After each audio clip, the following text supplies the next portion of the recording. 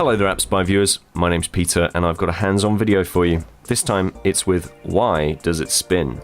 And that is a very good question because the stick in the middle is piloted by the little guy in the bottom left-hand corner, who is adorable by the way. But we're not really told why the actual middle stick spins, or at least I didn't notice a damned good narrative reason for it happening. But narrative isn't exactly this game's strong point because it's a puzzle game, it's an action puzzler. So the thing in the middle, the little stick thing, is constantly spinning at a slow rate, and I have to try and get it through the maze without it touching the sides. Easier said than done, as I'm sure you can imagine. Now these green areas, they recharge the amount of times that I can knock against the wall, basically. Top right, you've got a sort of percentage health bar, and I can tap the sides of the walls a couple of times before it's game over. If I was on a harder difficulty, and there's multiple difficulties, it would be minimal.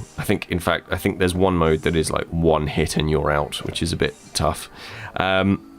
So we are going around and we are collecting these little scroodly things. And one of the, there will be different objectives for each area, and one of the objectives will be get all of these scroodly things, and then one of the objectives will be get none of the scroodly things, and then one of the objectives will be get a specific number of the scroodly things. And it means that you've got to get around the maps in different ways. So here we are, collect all knots. They're called knots. There we are, I forgot. Collect maximally 12 knots. The game is from a developer whose native language is not English, so a maximum of 12 knots. And find the lost sphere. You can find the items in each of these areas simply by tapping on the screen when you've actually found them. So I'm not massively far into the game, but I'm far enough to tell you that I quite like it. I like the tilt controls, they work really, really well. I'm just kind of tilting very gently. Oh, this is going to be tough. Oh, gosh. No. Oh, dead. I'm going to die. Oh. I like the tilt controls. They do work very well, even if I don't work very well with them. And it's a really interesting puzzle trying to... How am I meant to get that? You jerks.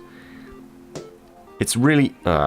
It's a really interesting puzzle trying to get around all of the environments with this spinning stick thing. It's a very slow game. And it's not a wholly original game.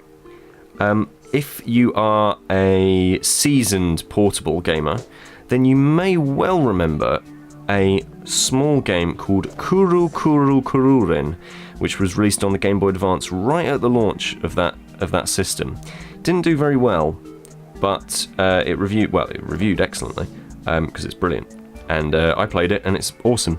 And it's exactly the same idea, basically. I think that game's worth a shoot ton, which is a way of me swearing, but not really swearing, of money at the moment. But yeah, it's very much like that. Oh, spammed through that. That was awful. But yeah, it's very much in that kind of a style, but that game's not really available anywhere else, so kind of cool. And yeah, trying to figure out how to get around each of these environments as smoothly and as effortlessly as possible is kind of like it's a mix between like a standard puzzler and a game like Operation, the sort of board game where you get zapped if you pull out someone's lung.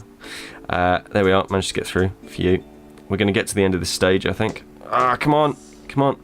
And squeezing through these areas is a real test of dexterity, which I'm finding extremely enjoyable. So this is Why Does It Spin? And it is out right now. It's £1.99, $2.99 if you're in the United States of America. And it's rather enjoyable.